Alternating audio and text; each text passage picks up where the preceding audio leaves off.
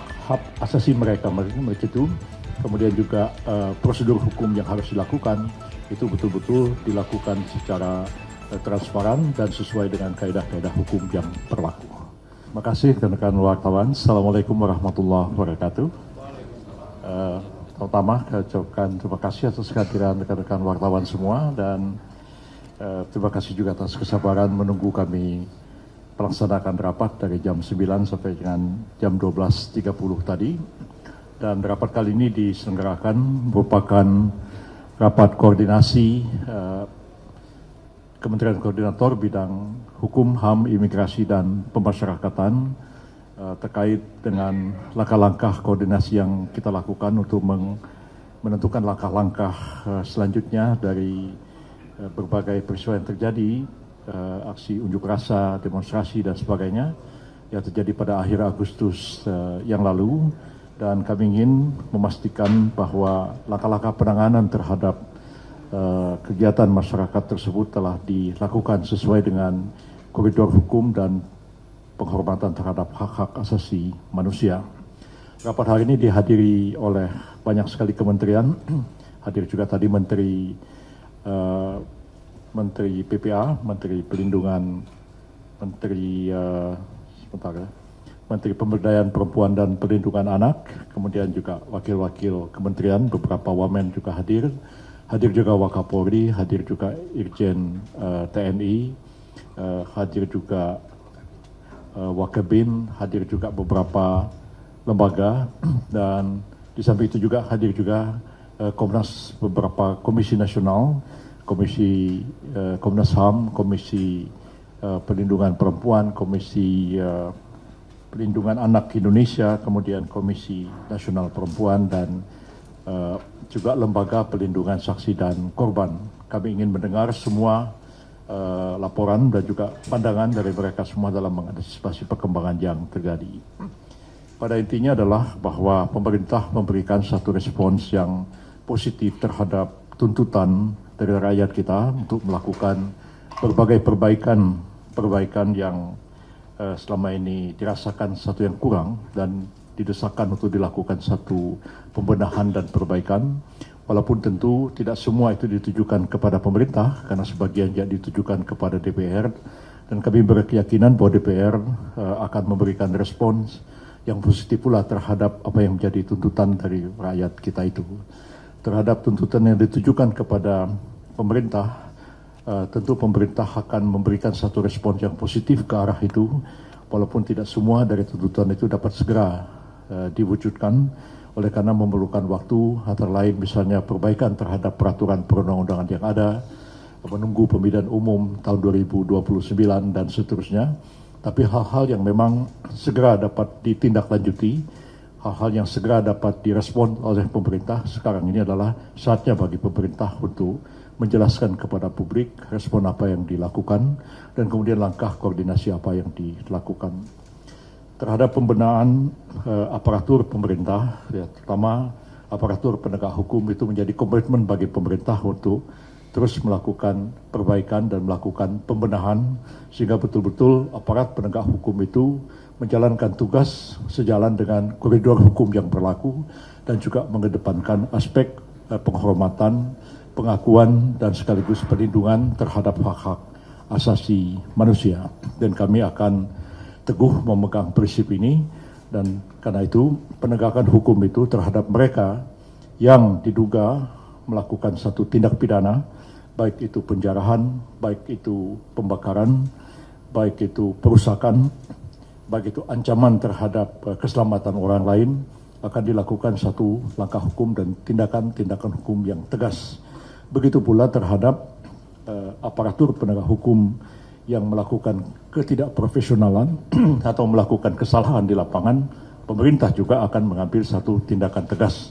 Dan kita ketahui bahwa sudah berlangsung sidang etik terhadap 7 orang anggota BRIMOB dan telah menyampaikan satu kesimpulan bahwa terhadap 2 orang yang sudah disidangkan itu mereka telah melakukan satu tindakan yang tidak profesional dan telah diambil juga satu putusan etik terhadap ketidakprofesionalan dalam menjalankan tugas tersebut. dan terhadap 2 orang yang sudah diberikan putusan etik itu selanjutnya akan diambil satu langkah hukum pidana. Jadi kalau kemarin saya mengatakan tidak tertutup kemungkinan akan diambil langkah pidana, hari ini dari rapat ini sudah diterima satu laporan dari kepolisian bahwa terhadap 2 orang yang tidak profesional itu akan dilanjutkan ke persidangan di peradilan umum, akan didakwa sebagai pelaku tindak pidana. Jadi masyarakat harus mengetahui perkembangan ini, bahwa pemerintah tidak saja mengambil langkah hukum yang tegas kepada warga masyarakat yang bersalah, tapi pemerintah juga mengambil satu langkah hukum yang tegas terhadap aparatur penegak hukum yang melakukan kesalahan di lapangan. Kemudian terhadap korban-korban yang terjadi selama aksi-aksi unjuk rasa yang terjadi beberapa waktu yang lalu itu, pemerintah menegaskan bahwa pemerintah bertanggung jawab atas semua itu, terhadap mereka yang luka-luka, ya, terhadap mereka yang menderita sakit akibat berbagai kejadian. Ya, pemerintah mempunyai komitmen ya untuk menanggung pembiayaan mereka yang dirawat di rumah sakit, ya, yang dilakukan baik oleh kepolisian, mereka yang dirawat di rumah sakit Polri dibebaskan dari biaya perawatan, begitu juga terhadap mereka yang menjadi korban di daerah-daerah, semuanya ditanggung oleh pemerintah daerah sehingga tidak menjadi beban bagi keluarga mereka yang menjadi korban itu. Terhadap mereka yang meninggal akibat berbagai ekses dari unjuk rasa kemarin itu, tadi kami juga sudah mendapatkan laporan dari Lembaga Perlindungan Saksi dan Korban bahwa ada langkah-langkah yang sedang di follow up ya untuk menentukan santunan atau juga pemberian perlindungan terhadap mereka yang menjadi korban ini, bukan saja mereka yang meninggal tapi juga terhadap keluarganya, anak-anaknya yang harus juga menjadi beban bagi negara untuk dilindungi, diberikan beasiswa pendidikan dan lain-lain ke masa depan. Dan itu kami akan menunggu juga laporan lebih konkret dari Lembaga Perlindungan Saksi dan Korban, dan selanjutnya pemerintah akan mengkoordinasikan apakah itu nanti akan ditanggung oleh pemerintah daerah atau ditanggung oleh pemerintah pusat, dalam hal ini adalah Kementerian Sosial dan instansi yang lain. Itu hal-hal yang ingin saya kemukakan. Oh, di samping itu juga kami sudah mendapat kepastian tentang mereka yang ditahan, dan nanti Pak Wakapolri akan menjelaskan lebih detail. Tapi sementara ini sebagian besar dari jumlah lebih daripada 5.000 ya Pak ya, itu sudah ada 4.800-an sekian yang dikembalikan ke rumahnya masing-masing. Tapi di antara semua mereka yang kemudian ditangkap dan ditahan itu sudah dihimpun bukti-bukti bahwa 583 orang di seluruh Indonesia itu akan diambil satu langkah hukum yang kemungkinan akan diteruskan ke pengadilan. Begitu juga mereka yang ditahan di Jakarta itu juga akan diambil langkah-langkah hukum yang sudah cukup bukti-buktinya, dan tinggal menunggu waktu kapan kasus-kasus itu akan dilimpahkan ke pengadilan. Kami sebagai Kementerian Koordinator yang menangani di bidang hukum dan HAM juga akan memastikan bahwa hak-hak dari mereka yang dilanjutkan perkaranya itu akan dijamin dan dilindungi, ya, dan juga kami akan pastikan apakah mereka didampingi oleh advokat, oleh penasihat hukum atau tidak. Kalau tidak, maka negara berkewajiban untuk menyediakan pendampingan gratis kepada mereka. Begitu juga selama mereka ditahan, apakah hak-hak mereka, HAM mereka dipenuhi atau tidak. Apakah mereka cukup diberikan cukup makan 3 kali sehari, apakah mereka itu orang tahanan yang manusiawi dan sebagainya. Itu kami harus memastikan hal itu.